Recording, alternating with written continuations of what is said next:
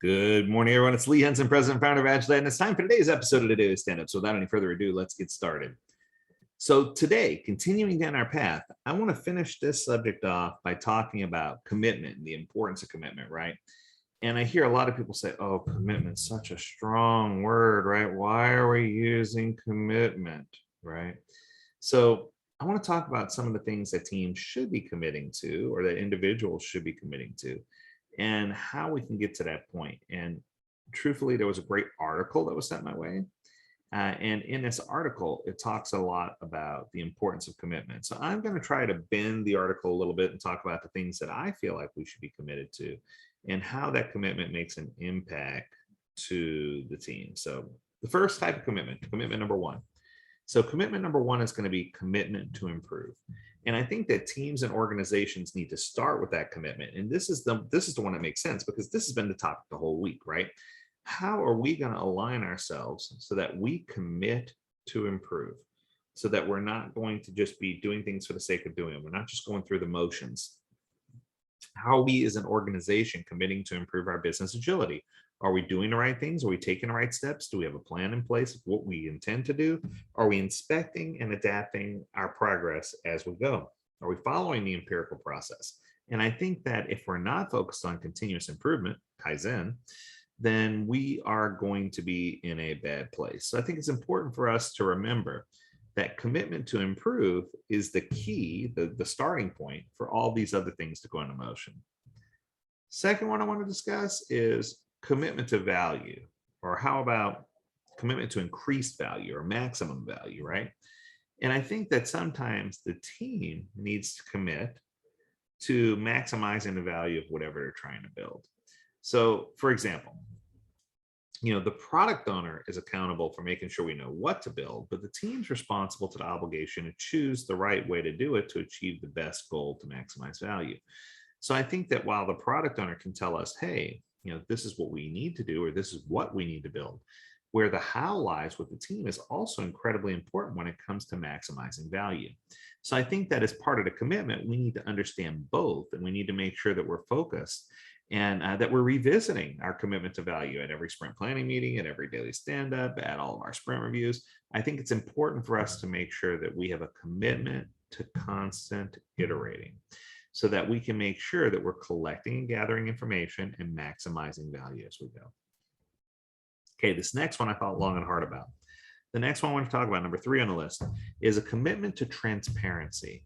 Now, I say that Scrum teams are obligated to be transparent. That's just the way that I do it. The product backlog, the sprint backlog, things that are in our near future should also be very transparent. Transparency is so critical. That's why it's part of empiricism, right? But I think that sometimes we take transparency too far, and it makes the teams feel like they're in an environment where there's no psychological safety or trust, and it causes that transparency to go away. So I think that we need to live by the word of transparency, that we need to build in psychological safety and trust, and that we need to get to the point where transparency is something that's rewarded and not something that's frowned upon or used as a stick, a weapon to beat down the team for something that they did or didn't get done, right? And then of course, coming in next, I have the commitment to our long-term reach, our long-term objectives, the things that we want to do.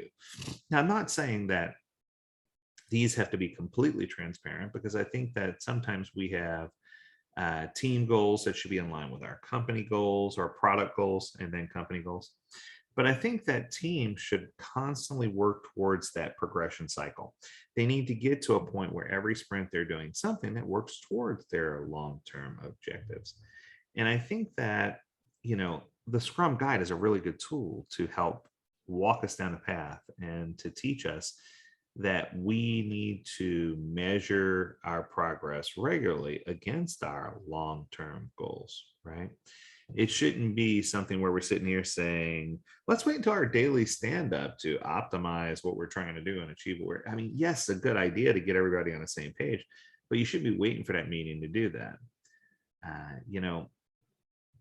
I think what happens is we see that people create false excuses or things that they should or shouldn't be doing, and it turns into a list of rules, which turns into a playbook. And I think you see where we're going for this. And there's one large quote or takeaway that I got from this article that I thought was pure gold, like the best thing that I saw here. So I want to make sure we address this quote. So here's the quote. It says, quote, "Scrum is a reason to be committed, not an excuse to avoid responsibility." Oh my goodness. If I could frame that and hang it in some people's offices, I would, right? I find too often that people are using Agile or Scrum as an excuse to avoid being responsible, to avoid doing what we should be doing. And I think that, when you look at teams and their need to be committed to the product goal, the sprint goal, the quality standards, what we're trying to do, the definition of done, how we maximize value, improving themselves, there's a lot that we're asking of the team. So I want to go on record and say, doing Agile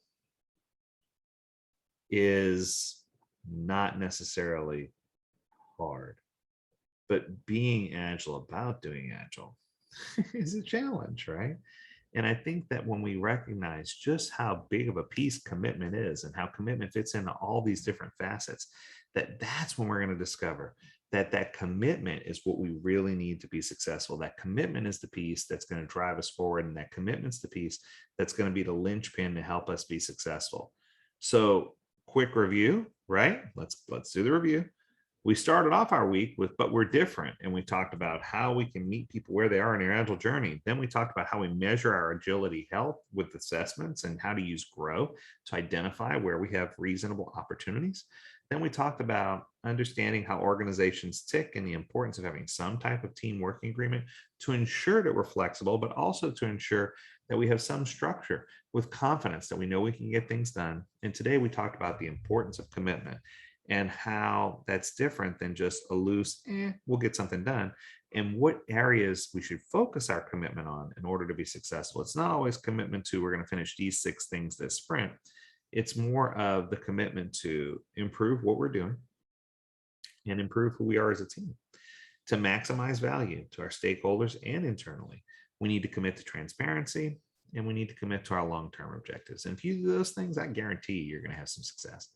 That's going to do it. Now that we understand that Scrum is a reason to be committed and not an excuse to avoid responsibilities, I expect you to follow that mantra. Until next time, we encourage you to stay healthy, stay well, and stay agile, my friends. Do take care. We'll talk soon.